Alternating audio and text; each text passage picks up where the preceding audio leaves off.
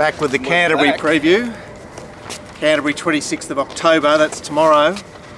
And show our mosquito device that we need here. There we go. sending some smoke signals as well. Getting eaten alive. Now, Gord, this back half of the program, it's got a 2,700 metre race and a 1,900 metre race. And a 1552, isn't it? Yes. Jesus, how was I keen on the second half of the program? Race 5, 2,700 metres, and Doc Holiday is our favourite, $3.50. All's in, $4.80. Low places, $5.50. I'm Trouble, $6. Centre of Attention, $7. Chicana, $8.50 in town, can you believe it? $31 Judge Doom and $41 Me Shoe. And there's only one horse that hasn't had a run in the last 11 days, and it's the favourite, Doc Holiday. Yeah, which, out to 2,700, but it does look the leader. All's in posied up the other day. I imagine he'll do so again. And Low Places will probably work forward into a forward spot. Centre of Attention also holding a forward position. Come on. Well, I'm going to be using the $33 that you guys all give me to pay Mark for his sheet on distance races. Come on. Yeah, well, you've been on fire lately. Oh? Distances are just your go, and I don't have a clue about them. And this is just the hardest race I've ever seen in my whole life. How do you line this up? What do you mean? A few of them ran around against each other the other day. Yeah, and you know, with distance races, that just completely changes the next time they go around. Who would have a clue? It's over 2,700 metres. Well, look, Peter Graham is not my choice of rider, but All's In was heavily backed last Wednesday and raced outside the lead all the way and boxed on quite well. Yeah, that was his first run back in town since he ran hard in the market in a 1,900 metre race at a night meeting here at the end of last year. He, with the benefit of that 2,400 metre run, I think you need a 2,400 metre run to go to 2,700 here, and the run back in town and the quick backup, All's In is the place to start. Certainly Doc Holiday has an ace in leading. I think that's worthy of note.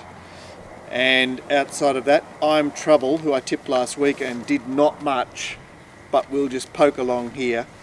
They will do me. Low Places is sharply up in distance here, but is the Waller horse. I noticed this All's In Grafton there, second to Dreamfolk, beat Paragon. That was the Grafton Cup prelude. Or that was the lead up to the Grafton Cup. And Peter Graham rode it then too. So. Oh, he's got a great cracking record there. You must be very impressed with that record. Yeah, I'm really impressed with all the records of these horses because they just are on absolute fire. I mean, the only one as far as stats are concerned you could half entertain would be number 2, Doc Holiday, just because it doesn't have that many convictions. But interestingly, you know, in the Melbourne preview, the 4 horses that came first, second and third all had the 2,500 metre start. So we need to find something probably that had 2,400 metres last start. Is that the go? Yep, that's the go. So that's not Doc Holiday? No. That's not Low Places. Chicana is one possibility. I'm Trouble. Oh my God, look at those stats. Jesus. Centre of Attention. It's really got you engaged now, this race. I can get see. Rid of 7. Well, you're only left with 4 horses there, aren't you? So do your best. That's the staying race, and I think it's quite a good race. This now we've got the middle distance race, the 1,900 metre race, and Montauk out to 1,900 for the first time is $2.80. Does lose his blinkers. $5 Zorcan, $5 Esticrage. They ran around in a 1,900 metre race last Friday night. $8 Beretta, off a bit of a break. $8 Lindwall, $9.50 Sebring Sally. Long odds The Visitor retune, who will make a play for the lead, but I would think that Gunn should be holding the lead there, or drawing out to the lead and letting that horse box seat retune. Other than that, it's, Waller, I'm sure, will have something in mind to set his horses up here. He's got, at the moment, 4 of the 7. So he's got to organise some assistance to his, Montauk's going to be ridden off the speed. Zorcan wants 2,400. Estic Raj, I suppose, raced outside the lead 2 starts back and could be persuaded into a forward position here. Is that me to go? because I'm keen on a 1900 metre race here. It probably happens about 4 or 5 times a year. Massively keen on number 1 Beretta. It goes from Clinton to Abdullah. Fantastic jockey change. Actually beat Moore to gain 2 starts ago. I know it was over 1600 metres. Has since had the 1900 metres to get the length in its legs, or the fitness in its legs. It's now its second start over 1900 metres. It loves a good track. 8 starts for 3 wins, and it's $8. I think it's an absolutely fantastic bet, and I will be setting my alarm for 10 to 9 tomorrow morning so that I can. Is this take like, it everywhere it's like when at people used to wait on the tickets being released from Ticketek or whatever? Oh, that's what it's like. I'm queuing up, and do you know what I do? I put on Sky News because I think that's got an accurate timer. Right. And then I wait, and I have a few other people doing stuff for me as well at exactly the same time. So you think the corporates have the timer on as well, do they? Oh, definitely, yeah. Because I've tried it at sort of like 8:59 and 58 seconds and got rejected. So, yeah. Okay. I would have thought they just, it's 9 o'clock. Yeah, we better open the doors. Not sort of bang. It's 9 o'clock. It's all bets are on. Yeah. Well, I'd suggest that. Well, I mean, hopefully, Racing New South Wales are making quite sure that as soon as it hits 9 o'clock, they are letting you on. So what, they've got Claire Wilson out there in the offices of Bet365, well, I'm assuming people waggling her finger. Well, no, she doesn't work for them anymore. I'm assuming that people would complain. I tried to put this bet on it 9 o'clock and 1 second, and it was rejected. So. All right, the mind's boggling now. Certainly, Beretta has some aces tomorrow. Gun, Control. Has had the 1900 metre under his belt. The only trouble is that Chris likes spacing his runs, and 28 days is not exactly to my liking. Yep. I suppose Montauk is the horse with the spring in his step, in the sense that he's third up into his preparation and did something the other day, but $2.80, Jesus, poison odds. That's the 1900 metre race. Race 7 is a benchmark over 1550. And Debawi Dream looks a leader. The market says Leopari, who's having his second Australian start, at $2.50. $6 is Scandal Sheet, stablemate of number 2. $6.50 Dependable. $7 Debawi Dream. $8 Bella Galliano, another Waller runner. $14 Maven Whiz, and 20 to longer the other 2. Debawi Dream stepping out and holding the lead here, because there's really only Maven Whiz to poke forward. Dependable raced forward the other day, though I'm sure they'd prefer to have him off the speed. Lucky I'm a Cougat, perhaps not too far away, but it's steady as she goes here, Gord. I looked at the market before I actually did the form on the race, and I thought, geez, that seems short, Lipari, and then I did the form on the race and thought, okay, now I can understand why it's that price, because there's just really not much else in the race, is there? Could you find anything else? No, there's, and we've got 3, 4, and 8 all had their last start at the provincials. 5 and 6 got fairly well held in a mare's race a fortnight back, and number 7, well, his hot record speaks for itself. Hutchings to Abdullah came 3 lengths off a Group 1 victory at Trentham in What are you New Zealand. talking about? Just don't look at that, right? Don't look at that form. That's irrelevant. And he was super strong last start. Really attacked the line against what I consider some horses that are far superior to anything else in this race, which are Dreamforce and Lucky Fish. So I'm pretty keen on Lipari. Not sure what price I'm willing to take, but because for an unknown quality who's first prep in Australia for Waller to take such a short price is maybe a question mark, but it could just be lengths better than these number 2 Lipari. So, would you take a shorter price at Warwick Farm than Canterbury? Yes.